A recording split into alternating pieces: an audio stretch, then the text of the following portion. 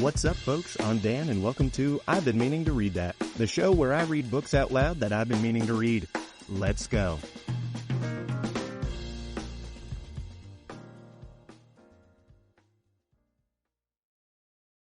When I was younger, 20, let's say, I had a certain attitude towards free time, which was, let's do anything. Let's get some people, doesn't matter who, doesn't matter how many, and let's go do something. Let's explore. Let's hop on a bus and just see where it goes. Let's get a game going, a sport. Let's make some food. Whatever, it doesn't matter. Let's just get some people and spend some time together. Nothing could have been worse than for me to sit around alone just playing video games. Now that I'm 32, however, my attitude has done a complete 180. Now, the idea of always trying to find something to do in my free time is exhausting. The only thing I really want to do when I'm at work or with people is be in my house, on the couch, blanket, toast, coffee, cat, playing some video games, or watching a good show with my wife. I don't know why that change occurred. I'd like to think that it's just a normal, natural development instead of life and the system just beating the vivaciousness out of me, but only time will tell. Now, speaking of getting cozy, let's curl up with a good podcast and get back to Les Mis. Book 2, Chapter 2, Prudence Urged Upon Wisdom. That evening, the Bishop of Digne, after returning from his customary walk through the town, had stayed late in his own room. He was busy with a large work on Christian duty, which, alas, was never completed. The book, which was to be a careful survey of all the learned fathers and doctors have said upon this weighty matter, was to be divided in two parts, treating first the duties of the community as a whole, and secondly of the duties of the individual according to the category to which he belonged. The duties of the community are major duties, and St. Matthew has resolved them into 4: duty to God, to self, to one's neighbor, and to all living creatures. As for the more particular duties, the bishop had found these defined and prescribed elsewhere. The duties of monarchs and their subjects were dealt with in the Epistle to the Romans, those of magistrates, wives, mothers, and young men by St. Peter, those of husbands, fathers, children, and servants in the Epistle to the Ephesians, those of the faithful in the Epistle to the Hebrews, and those of virgins in the Epistle to the Corinthians. He was engaged in the laborious task of reassembling these prescriptions in a harmonious whole for the good of all men's souls. At 8 o'clock that evening he was still at work, writing rather uncomfortably on small slips of paper, with a large volume open on his knees, when Madame Magloire entered as usual to get the silver cutlery out of the cupboard by the bed. A few minutes later, the bishop, suspecting that the table was laid and that his sister might be waiting, closed his book and went into the dining room. It was a rectangular room with a fireplace, a door giving directly onto the street, as we have said, and a window opening onto the garden. Madame Magloire had just finished laying the table and was chatting with Mademoiselle Baptistine before serving the meal. A lamp stood on the table, which was near the hearth where a fire was burning. The two women, both over 60, may readily be pictured. Madame Magloire, short, plump, and lively. Mademoiselle Baptistine, mild, slender, and fragile, a little taller than her brother, clad in a dress of the plum-colored silk that had been fashionable in 1806, the year she had bought it in Paris, and which she had been wearing ever since. To borrow one of those popular expressions which have the merit that they say more in a word than can be achieved by a page of writing, Madame Magloire had the look of a peasant, and Mademoiselle Baptistine that of a lady. Madame Magloire wore a white cap with piping, a small gold cross at her neck, the only article of feminine jewelry in the house, a very white kerchief emerging from her dress of black homespun with its wide, short sleeves, which was tied at the waist with a green ribbon, and a stomacher of the same material fixed with 2 pins in front. On her feet she wore thick shoes and yellow stockings of the kind worn by the women of Marseille. Mademoiselle Baptistine's dress was cut in the 1806 pattern, high, narrow-waisted, with puffed shoulders, tabs, and buttons. She hid her gray hair under a curled peruke of the kind called à l'enfant. Madame Magloire had a look of bright intelligence and warmth of heart. The uneven corners of her mouth, with its upper lip thicker than the lower, gave an impression of imperious obstinacy. While the bishop remained silent, she would address him with a forthright mingling of respect and familiarity. But directly he spoke, she lapsed, like her mistress, into mute obedience. Mademoiselle Baptistine talked very little, being content to obey and acquiesce. Even as a girl, she had not been pretty, with her large, over-prominent blue eyes and her long, pinched nose. She had been predestined to meekness, but faith, hope, and charity, those virtues that enrich the soul, had raised meekness to saintliness. Nature had made her a lamb. Religion had made her an angel of goodness. Mademoiselle Baptistine was later to tell the story of that night's events so often that there are persons still living who can recall its every detail. At the moment when the bishop entered the dining room, Madame Magloire was talking with some vehemence to her mistress about a matter which constantly occupied her mind, and with which her master was well acquainted, namely, the fastening of the front door. It seemed that while she had been out shopping for the evening meal, she had heard rumors. There was talk of a stranger in the town, a vagabond of forbidding aspect, who must still be lurking in the streets, which made it inadvisable for anyone to be out late that night, the more so since the police service was not all it should be, owing to bad blood between the prefect and the mayor, each of whom would be glad to make trouble for the other. In short, the prudent citizen would do well to see after his own safety by shuttering and barricading his house and making sure that his front door was securely locked.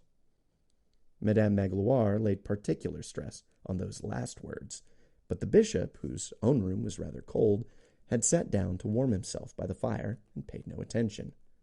Accordingly, she repeated them, and Mademoiselle Baptistine, wishing to support her without vexing her brother, said cautiously, "Brother, did you hear what Madame Magloire said?"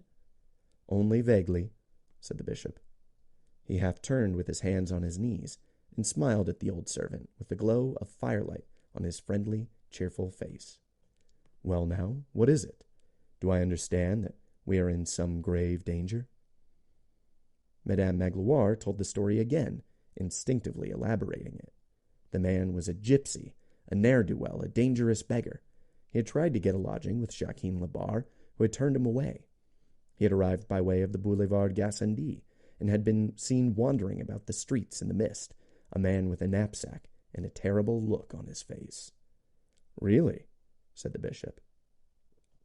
Encouraged by this show of interest, which suggested that the bishop shared something of her alarm, Madame Magloire continued triumphantly. "Yes, Monseigneur, that kind of man. Something dreadful will happen tonight, everyone says so. When you think of the state of the police, and a town buried in the mountains like this, with not a single lantern in the streets, so that it's black as pitch when you go out. Well, what I say, and Mademoiselle agrees with me—" "I am saying nothing," murmured Mademoiselle. "Whatever my brother does is right." Madame Magloire ignored the interruption. "What we both say is that this house is not safe, and that, if Monseigneur permits, I should go round to Pauline Musbois, the locksmith, and ask him to put back the bolts on the front door. We have them here. It wouldn't take him a minute. I say the door should be bolted, even if it's only for tonight. And anyways, it's a shocking thing for the door to be simply on the latch, so that any stranger can walk in, to say nothing of Monseigneur's habit of always inviting people in, even at midnight. Gracious heaven, they don't even need to ask. And when you think—" At this moment, there was a heavy knock on the door. "Come in," said the bishop. Chapter 3. The Gallantry of Absolute Obedience. The door opened. It was flung widely open, as though in response to a vigorous and determined push. A man entered. We know the man already. He stepped across the threshold, and then stood motionless with the door still open behind him. His knapsack hung from his shoulder, and his stick was in his hand. The firelight falling on his face disclosed an expression of exhaustion, desperation, and brutish defiance. He was an ugly and terrifying spectacle. Madame Magloire was too startled even to exclaim. She stood trembling and open-mouthed. Mademoiselle Baptistine half rose in alarm, but then, as she turned towards her brother, her face recovered its customary tranquillity. The bishop was calmly regarding the stranger.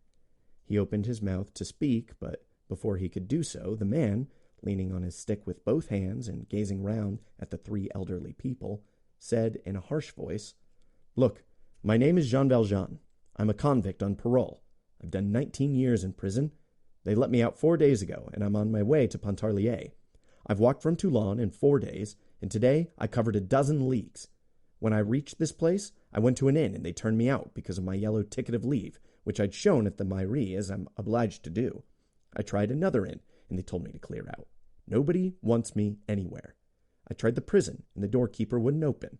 I crawled into a dog kennel, and the dog bit me and drove me out, just as if he were a man and knew who I was.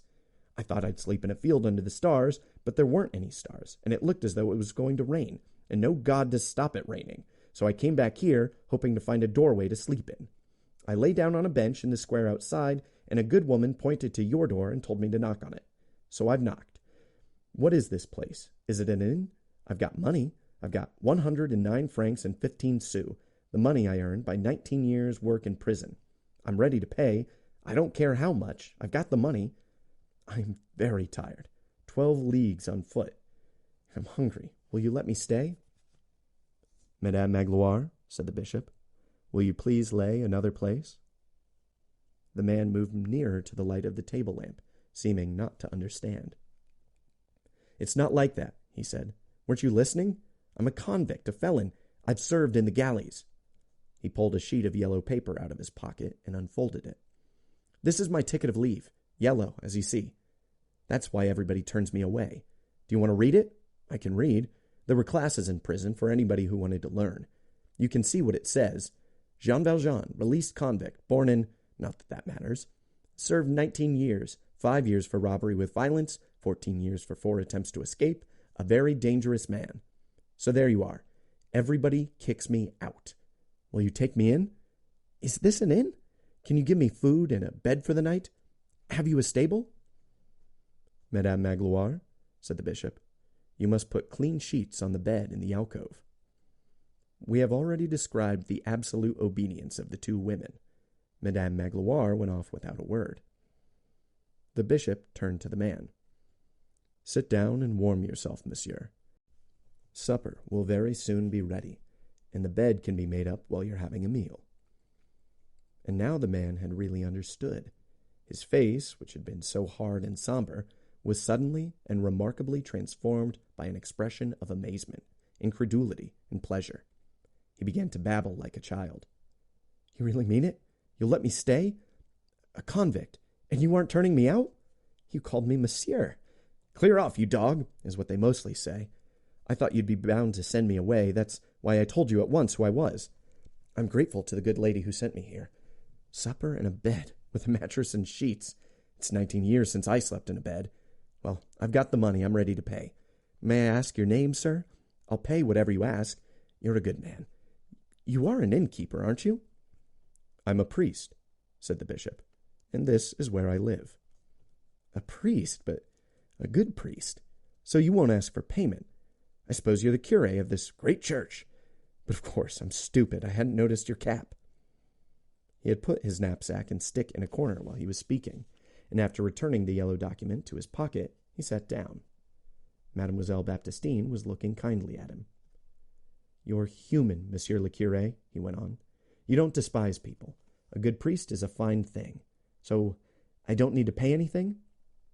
"No," said the bishop. "Keep your money. How much did you say? 109 francs? And 15 sous. And how long did it take you to earn it?" 19 years? 19 years. The bishop sighed profoundly.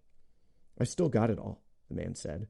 "All I've spent in these 4 days is 25 sous I earned by helping to unload some carts in Grasse. As you're a priest, I may tell you that we had an almoner in the prison, and once I saw a bishop, a Monseigneur, as they say. He was from Marseille. A bishop's a priest who's higher than the other priests. Not that I need to tell you that. But it's also strange, for men like me. He said mass at an altar in the prison yard, and he had a sort of pointed hat on his head, gold. It glittered in the sun at midday. We were drawn up in ranks on 3 sides of the yard, with the guns pointed at us, fuses lit. We couldn't see him very well. He talked, but he was too far off, and we couldn't hear. That's what a bishop's like." The bishop had risen while he was speaking to shut the door, which had remained wide open. Madame Magloire came back into the room with the additional cutlery. "Put them as near as possible to the fire, madame," the bishop said.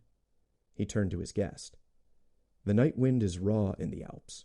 You must be cold, monsieur." Each time he uttered the word monsieur in his mild, companionable voice, the man's face lit up. The courtesy to the ex-convict was like fresh water to a shipwrecked man. Ignominy thirsts for respect. "This lamp doesn't give much light," the bishop said. Perceiving what he had in mind, Madame Magloire fetched the 2 silver candlesticks from his bedroom mantelpiece, lit them, and set them on the table. "Monsieur le Curé," said the man, "you are very good. You don't despise me. You have taken me in and lit your candles for me. But I have not concealed from you where I come from and what I am." The bishop, seated at his side, laid a hand gently on his arm. "You need have told me nothing. This house is not mine, but Christ's. It does not ask a man his name, but whether he is in need. You are in trouble. You are hungry and thirsty, and so you are welcome. You need not thank me for receiving you in my house. No one is at home here except those seeking shelter. Let me assure you, passerby though you are, that this is more your home than mine. Everything in it is yours. Why should I ask your name? In any case, I knew it before you told me." The man looked up with startled eyes. "You know my name?" "Of course," said the bishop. "Your name is Brother." "Monsieur le Curé," the man cried, "I was famished when I came in here. Now I scarcely know what I feel. Everything has changed." The bishop was regarding him again. "You have suffered a great deal," he said. "Well, yes. The red smock, the ball and chain, a plank to sleep on, heat, cold, hard labor, the galleys and the lash, the double chain for a trifle, solitary for a single word, chained even when you're sick in bed, and the dogs, well, they're better off than we were. 19 years of it. I'm 46, and now a yellow ticket. That's the story." "Yes, you have come from an unhappy place, but listen. There is more rejoicing in heaven over the tears of one sinner who repents than over the white robes of 100 who are virtuous. If you leave your place of suffering with hatred in your heart and anger against men, you will be deserving of our pity. But if you leave with goodwill and gentleness and peace, you will have risen above any of us." Madame Magloire had, meanwhile, dished up the meal, which consisted of a broth of water, oil, bread, and salt, with some scraps of bacon and mutton, figs, a fresh cheese, and a large loaf of rye bread. She had taken it upon herself to supplement the bishop's table wine with a bottle of old wine from Mauve. The bishop had recovered the cheerful expression of a man who is hospitable by nature. "Supper is served," he said gaily, and, as his custom was, he sat the guest at his right hand, while Mademoiselle Baptistine, naturally and unassumingly, took her place on his left. The bishop said grace, and himself served the broth. The man began to eat hungrily. But suddenly the bishop said, "There seems to be something lacking on this table." Madame Magloire had, in fact, only laid places for 3, but it was the custom of the house, when there was a guest, to set out the full set of silver cutlery for 6 persons, an innocent and childlike display of elegance in that simple and austere household which graced its poverty with dignity. Again reading his thought, Madame Magloire went out without speaking, and a minute later the rest of the set, laid for 3 additional guests, gleamed on the white tablecloth. Chapter 4. The Cheesemakers of Pontarlier. To convey some notion of what took place during that meal, we cannot do better than quote part of a letter written by Mademoiselle Baptistine to Madame de Boischevron, in which she gives a detailed and artless account of the conversation between the bishop and the ex-convict. The letter reads, "The man at first paid no attention to anyone. He ate as though he were starving. But after the broth he said, 'Monsieur le Curé, all this is too good for me. But let me tell you that the wagoners, who would not let me share their meal, eat better than you." I may confess that this remark rather shocked me, but my brother replied, "Their work is more tiring than mine." "No," said the man, "they have more money. I can see that you are poor. Perhaps you are not even a curé. Are you a curé? If God were just, you would be that at least." "God is more than just," said my brother, and he went on after a pause. "I understand, Monsieur Jean Valjean, that you are on your way to Pontarlier, on a route which I am under orders to follow." This, I think, is what the man said. He continued, "I have to start tomorrow at daybreak. It's a hard journey. The nights may be cold, but the days are hot." "You are going to a good part of the country," my brother said. "My family was ruined in the Revolution, and for a time I took refuge in the Franche-Comté, where I got my living by manual labor. I was willing, and I had no difficulty in finding work. There's plenty to be had. There are paper mills, distilleries, oil refineries, clockmakers, steel and copper mills, and at least 20 iron foundries, of which 4 at Lodz, Châtillon, Audencourt, and Bure are very large. I think those are the places my brother named. He then turned to me and said, 'My dear, have we not relatives in the region?' 'We used to have,' I replied. 'Among others, there was Monsieur de Lucenay, who was captain of the gates at Pontarlier under the Ancien Regime.' 'But we had no relatives left in '93, said my brother. 'We had only our hands. I worked. In the region of Pontarlier, where you are going, Monsieur Valjean, there is a charming patriarchal industry consisting of the cheese farms, which they call fruiteries.' While encouraging the man to go on eating, my brother described these Pontarlier fruiteries to him in great detail. There are 2 kinds, those known as the Gros Grange, the property of rich owners, with a herd of 40 or 50 cows, which produce 7,000 or 8,000 cheeses in a summer, and the fruiteries d'Association, formed by groups of the poorer peasants in the middle hills, who share the cows and their produce and receive payment from a cheesemaker, who is known as the grurin. The grurin takes 3 deliveries of milk a day and enters the quantities in a double register. Cheesemaking begins towards the end of April, and the peasants take their cows up to the hill pastures about the middle of June. The man was reviving as he ate, and my brother encouraged him to drink the good mauve wine, which he himself does not drink, because he says it costs too much. He told him about the cheese-making in the light and easy way with which you are familiar, breaking off occasionally to bring me into the conversation. He referred more than once to the excellent standing of the grurin, as though he wished to convey to the man, without presuming directly to advise him, that this was a field of employment which he might do well to enter. One thing particularly struck me. I have told you the kind of man this was. Well, throughout the meal, and indeed throughout the evening, except for those few words at the beginning, my brother said nothing to remind him of what he was, nor did he tell him who he himself was. Clearly, this was a possible occasion for a little sermonizing, and for the bishop to make himself known to the malefactor in order to impress him. Another man, having him at his mercy, might have seized the opportunity to fortify his soul as well as his body with words of reproof and moral exhortation, or of sympathy mingled with the hope that he would mend his ways in the future. But my brother did not so much as ask the man where he was born. He did not ask his story, for the story must have included some account of his crimes, and my brother clearly wished to avoid all reference to these.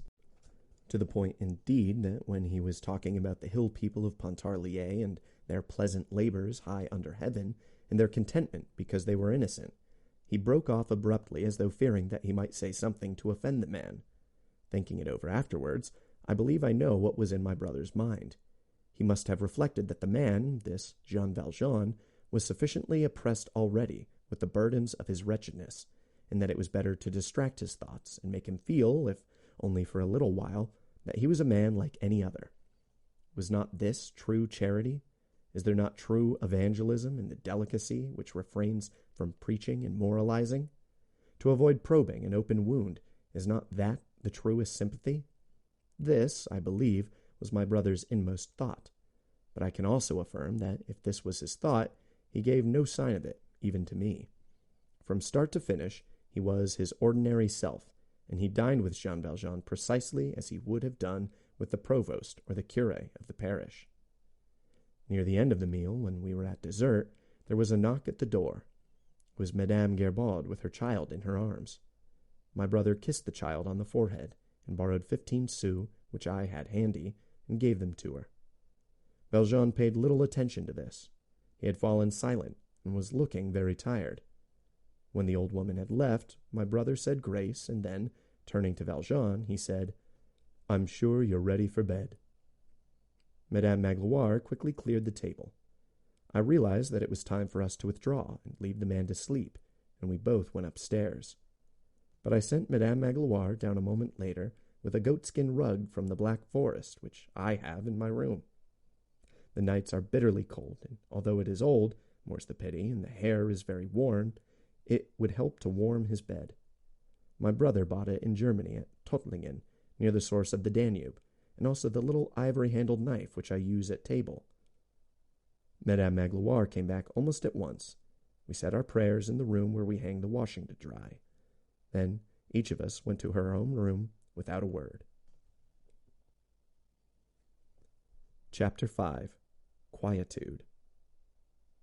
Having bidden his sister good night, Monseigneur Bienvenu picked up one of the 2 silver candlesticks and handed the other to his guest, saying, "I will show you to your room, monsieur." The man followed him. As we have seen, the arrangement of the rooms was such that, to reach the oratory with its alcove, or to leave it, one had to go through the bishop's bedroom. They did so while Madame Magloire was in the act of replacing the silver in the cupboard by the bed, this being invariably the last thing she did before retiring. The bishop showed his guest into the alcove, where the bed was newly made. The man put the candle on a small table. "Sleep well," said the bishop. "Before you leave tomorrow, you must have a bowl of warm milk from our cows." "Thank you, Monsieur l'Abbé," the man said.